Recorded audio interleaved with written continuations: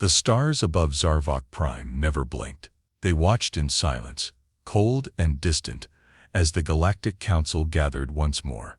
Inside the Grand Chamber, alien leaders floated, hovered, or sat, each in their environment pods. Some breathed methane, others pulsed with energy. But they all shared one thing: unease. Humans had come far too fast. Only 50 years ago, Earth had been a quiet voice in a loud galaxy. Now their fleets patrolled the outer sectors. Their science was advancing rapidly. Their diplomats spoke with clarity and strength. And perhaps most dangerous of all, their people believed in freedom. Counselor Serix Malor, a tall figure cloaked in shifting silver scales, stood at the center of the chamber. He moved, slowly, his voice calm but sharp. The human expansion must be paused, he said, addressing the circle of leaders. They are unpredictable, emotional. If we do not act now, they will disrupt the balance we've kept for 1,000 years. Some nodded in agreement. Others hesitated. The Threx Dominion, Serix's home empire, had always disliked rapid change. But not everyone feared the humans. In a quiet corner of the chamber, a small insectoid delegate from the Thalan Confederacy activated a secure communication chip. Far away, deep in human space, a signal was sent to one man, Commander Jace Walker. Jace stood aboard the Resolute Dawn, Earth's newest warship. Sleek, powerful, and unlike anything in the galaxy. It was designed not just for war, but for presence, a symbol, a warning. He read the incoming message in silence. The Council votes soon. They plan to silence Earth. Prepare. Jace's eyes narrowed. He wasn't surprised. He'd seen the shift. How friendly greetings had turned into short, cold conversations. How certain sectors were suddenly closed to human ships. How even allies had started keeping secrets. He turned to his second-in-command, a woman named Nova Hale. "They're moving against us," Jace said simply. Nova didn't flinch. "What do? We don't panic," he replied. "We prepare." Back on Zarvok Prime, Serix Malor spoke again. Earth must give up its fleets, remove its council seat, return to isolation. A hush fell across the room. No official vote had been cast yet, but the mood was clear. In the shadows of the council's golden halls, alliances shifted. Deals were made. Earth's future was being decided, not with warships, but with whispers. But Serix had made one mistake. He thought humanity would stay silent. The chamber lights dimmed. A soft hum filled the council hall as the voting process began. Each delegate's pod glowed faintly, signaling readiness. Over 100 alien species were present, each holding a voice in galactic decisions. But Earth's voice had gone quiet. Ambassador Reva Clark, Earth's representative, stood tall in her transparent chamber. Her eyes scanned the room, watching the shifting lights and flickering symbols. She already knew what was coming. She could see it in the way others avoided her gaze. "The vote is not about security," she said, her voice steady. "It's about fear. You fear our growth. You fear our ideas." Few responded. Counselor Serix Malor remained calm, seated in his crystal chair. "We fear what your kind might bring. You move too fast. You ignore tradition. You do not understand balance." Reva looked directly at him. "You mean control." Serix gave a thin smile. "You call it what you like." Moments later, the chamber walls lit up. The vote had passed. Earth's seat was suspended. Reva's chamber powered down. Her voice was cut off mid-sentence. Two council guards approached her pod. "You will be escorted off station immediately," one of them said coldly. Reva didn't resist. She knew Jace had received the warning. She just hoped he had enough time. In deep space aboard the Resolute Dawn, Commander Jace Walker stood before his senior officers. The message from Reva came through just before her feed was cut. "They've done it," Jace said. "Earth is no longer part of the council." The room went quiet. One officer, a young strategist named Rico Vance, spoke up. "Do we respond diplomatically?" Jace shook his head. "Diplomacy has failed. They planned this behind closed doors. They've already moved to block our trade routes. A peaceful response will be seen as weakness. Nova Hale leaned forward. Then we prepare to show strength. Jace nodded. No threats, no violence, just presence. He turned to the holographic table in the center of the room. A map of the galaxy lit up. Dozens of human warships blinked across the sectors. Send coded signals to Fleet Command. Begin silent movement. We regroup at Point Ember. Back on Earth. News of the Council's decision spread fast. Crowds gathered in cities, watching holograms of Reva being escorted from the Council. Some wept. Others shouted. Most were silent, staring at the screen, waiting for something, anything. President Lynn Oren addressed the world from Unity Tower. This is not the end, she said. This is the beginning of something greater. We will not vanish. We will not bow. We will respond. With honor, with unity, and with power. Meanwhile, in a private chamber on Zarvok Prime, Serix Mahler spoke with a small group of council members. The humans will make a move, one warned. Serix was confident. Let them. If they act out, we brand them a threat. We unite the galaxy against them. But even he didn't know the size or silence of the force already gathering beyond the stars. Far beyond Zarvok Prime, in the dark corners of deep space, Earth's fleet began to move. No sirens, no lights, no noise. Ships vanished from patrol routes. Civilian outposts reported temporary maintenance blackouts. Satellites shifted position, and communications were rerouted through old, hidden relays. It all looked like routine traffic, but it wasn't. Commander Jace Walker stood on the command deck of the Resolute Dawn, watching as signals came in one after another. Fleet captains responded with a single word: ready. Across the galaxy, over 60 warships began their silent march toward Point Ember, a hidden location near the Council's home system. It was a forgotten refueling zone from the early days of space travel. Now it would become a symbol of unity. Nova Hale stood beside Jace, her arms crossed. Still no orders to engage. Jace shook his head. No weapons, no provocation, not yet. He paced slowly across the bridge, speaking clearly so his crew could hear. We won't start a war. We won't fire first. But they need to know, Earth is not alone. Earth is not weak, and Earth will not be erased. Meanwhile, on Zarvok Prime, Counselor Serix Mahler walked confidently through the marble corridors of the inner council dome. He met with intelligence officers and security heads. How many fleets remain near Earth? He asked. A few, scattered, one officer replied. Some patrols near human colonies. Good, Serix said. Keep it that way. We've removed their voice.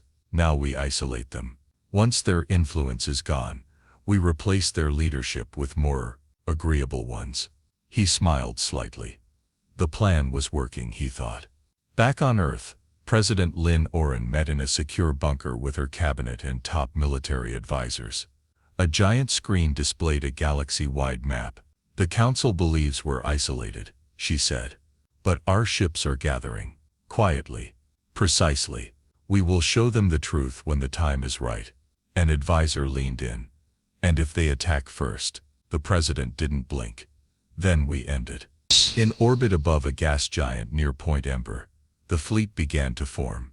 Massive warships, Earth's finest, lined up in perfect silence. Each ship reflected light from distant stars, floating like shadows in the void. There were no speeches, no cheers, just calm voices, steady hands and locked eyes. Jace sent a single command: hold formation, await signal. As the fleet waited, the galaxy spun on, unaware of what was gathering in the dark. On Zarvok Prime, final arrangements were being made to strip Earth of its trade rights and security access. Serix Mahler entered the council chamber, proud and certain. But something felt off. A whisper spread across the delegates. An unease in the room. Have you heard? One asked another. Something's moving near Point Ember. No, it can't be. Human ships. Many of them. Serix frowned. And on the Resolute Dawn, Jace Walker stood tall, his eyes on the stars. He knew what came next. Zarvok Prime floated silently in the void, a shining ring around a dying star. It had stood for thousands of years as a symbol of power, peace, and unity. But today, it would witness something different, something the Council had not expected. Inside the Grand Council chamber, the atmosphere was tense. Delegates whispered to each other. News was spreading fast, too fast to control. Unconfirmed reports, a robotic delegate said, of a large human fleet near Point Ember. Serix Malor raised his hand, silencing the room. Fear not, this is a bluff.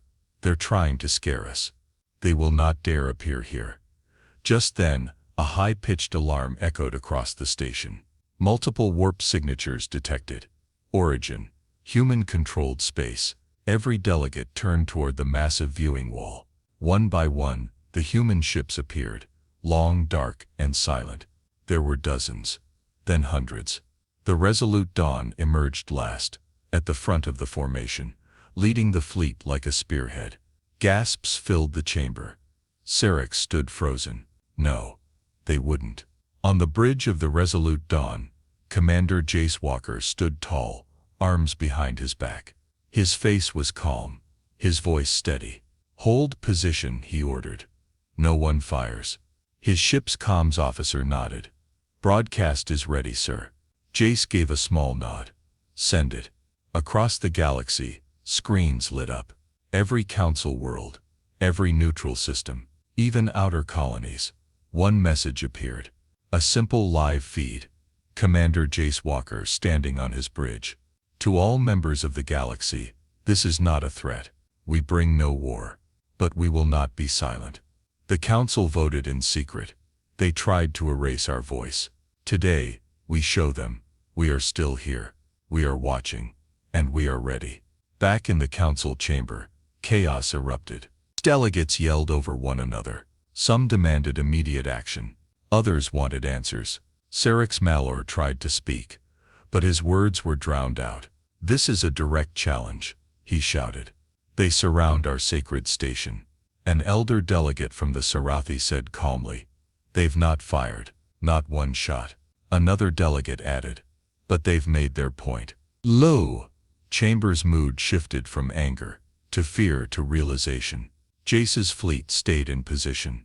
Their weapons were off, but every ship was charged and ready. Their silence was louder than any battle cry.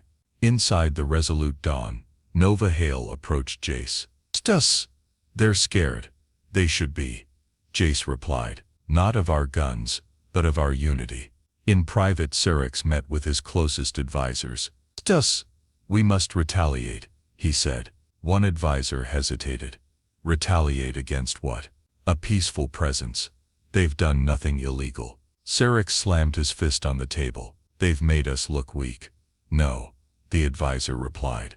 They've made you look wrong. Serix stared at him in silence. All across the galaxy, messages flooded in. Civilizations long silent began to question the Council's power. Even former allies started requesting meetings with Earth's diplomats. The balance had shifted, not with war, not with violence, but with one fleet, and a voice that refused to be silenced. The Council chamber was no longer calm. Since the arrival of the human fleet, meetings had turned into arguments. Delegates shouted over each other. Some demanded Earth be labeled a threat. Others questioned the Council's secret vote. For the first time in centuries, unity was broken. Councillor Serix Malor stood at the center, trying to regain control. They came here with warships. He barked, "This is not peace, it's intimidation." But the delegates were no longer listening the same way. A new voice spoke, Elder Vara of the Eshan species, a race known for wisdom and neutrality. They fired no weapons. They made no threats. They came only to remind us they still exist. Many nodded. Another delegate said, "Perhaps we were wrong to silence them." Serix clenched his fists. Above the station, Earth's fleet still held formation, unmoving, unshaken. On board the Resolute Dawn, Jace Walker monitored the Council's internal broadcasts. He could hear the division growing. He didn't smile, but he allowed himself a quiet breath of relief. "Status?" he asked. Nova Hale replied. "All ships holding steady. No hostilities. No movement from station defenses." Jace nodded. "Then we wait." He knew timing was everything. They had shown strength. Now they had to show discipline. Back on Earth, President Lynn Oren watched the galactic news feeds. Entire sectors were beginning to speak up. Some criticizing the Council, others openly supporting Earth. "Our silence spoke louder than their threats," she said in a live broadcast. "We came not to attack, but to stand. We asked for a voice, not a war." Her words spread fast. In trade hubs, colonies, and even among alien fleets, people started to question what the Council had become. Behind closed doors, Serix met with his supporters. "They are gaining sympathy," he said bitterly. "If we wait, we lose control." An advisor hesitated. "Then perhaps we already have." Serix stared at him. "What do you suggest?" A quiet voice spoke from the corner. It was a Thalan spy. "Create an incident. Stage an attack. Blame the humans." Serix paused, but even he knew. Too many eyes were watching now. The Council was exposed. The next day, a surprise came. Several mid-level delegates called for an emergency vote, not against Earth, but against Serix Maller. They demanded his resignation for acting without full Council approval, for hiding critical information, and for endangering galactic peace. The vote passed. Serix was removed from power. The chamber was quiet when the results appeared. No cheers, no anger, just change. Commander Jace received the news aboard his ship. "He's out," Nova said. Jace stood in silence, then gave a single command: "Prepare the fleet. We return home." "But," Nova started. "We came to make a point," Jace said. "We made it. Now we leave with our heads high." As the human fleet slowly turned and jumped into warp, the galaxy watched in silence. No shots fired, no threats made, just presence, just power, just peace. The stars over Earth were calm. The fleet had returned. After days of silent formation around Zarvok Prime, every human warship had jumped back through the void, one by one. No damage, no losses, no war, but everything had changed. Across the galaxy, the message was clear: Earth would not be silenced. In the capital city of New Geneva, thousands of people gathered around Unity Tower. Giant screens lit up the square. As President Lynn Oren stepped forward to speak, "We stood firm," she said. "We did not fire. We did not bow. We showed the galaxy what it means to be heard without raising a weapon." The crowd erupted in applause. Inside the Galactic Council chamber, the mood had shifted. Where once humans were dismissed, now they were respected. Delegates who had once voted to silence Earth now asked to meet with its leaders. Trade doors reopened. Communication lines buzzed with activity. The Council passed a new law: no member can be suspended without a full public hearing. It was a direct result of Earth's stand. Councillor Serix Maller, once feared, was now gone. Stripped of power, removed from the inner circle. No longer a voice that could silence others. In his place, Elder Vera was elected as the new High Speaker, a leader known for balance, not control. In her first address, she spoke clearly: "We are many worlds, but we must share one truth. Power must never silence truth. Let us not fear voices. Let us listen." Back on the Resolute Dawn, Commander Jace Walker stood on the observation deck, watching Earth from orbit. Nova Hale approached. "We did it," she said. Jace didn't smile, but there was peace in his voice. "We did what we had to." Some called it a threat, Nova added. "Then they weren't listening," Jace replied. "We showed them who we are, not with force, but with unity."